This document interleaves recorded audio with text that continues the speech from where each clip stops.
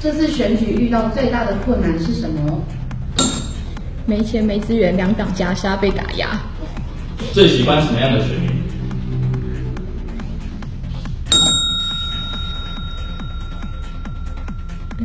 你不能现在不回答。不回答。那我要回答喽。去对手阵营吃饭，再从口袋里掏出我的文宣，叫隔壁的投给我。请问你们20岁的时候，觉得这个社会最大的问题是什么？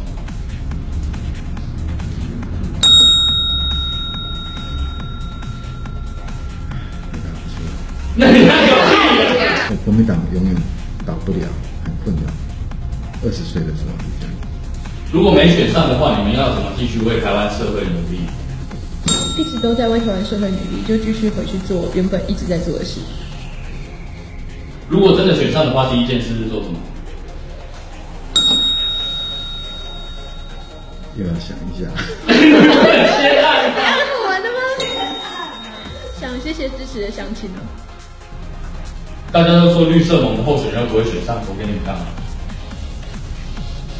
谁说的？叫他来分享。含泪投票才是真的浪费选票。请问选举到现在，觉得选举文化中最需要改革的部分是哪一些？花太多钱，金钱介入选举，因为真的很讨厌呐。真的。对啊。这次选举里面最灰心的时候是什么时候？原本的支持者，想要弃保。不灰心所以。你们是报名吗？你才是报名吧？吓我啦！选举的机制还是有问题，就是说会造成含泪投票这个东西。单一选区制度才会造成含泪投票。你们希望台湾未来是怎么样的选制？我个人是比较倾向完全的比例代表制。就是你只需要投给政党，那政党推出来的候选人由政党名单推荐。我比较在意的事情是公费选举，我觉得金钱介入选举是现在选举最大的问题，其他选制都可以讨论。为什么你们不先选议员就直接选立委？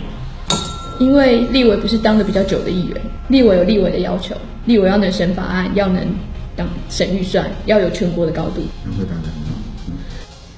你认为绿色盟中最有趣的候选人是谁？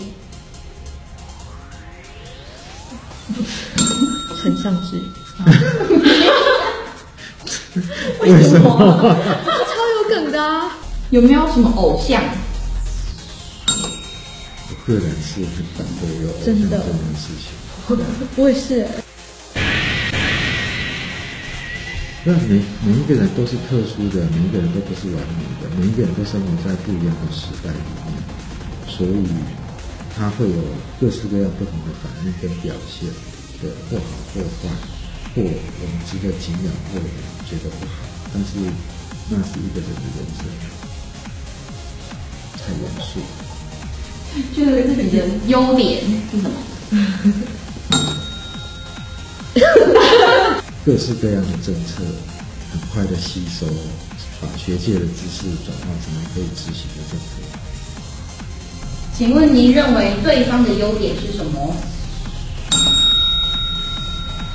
就是保鲜会礼让我，让我先安。生活上有什么坏习惯？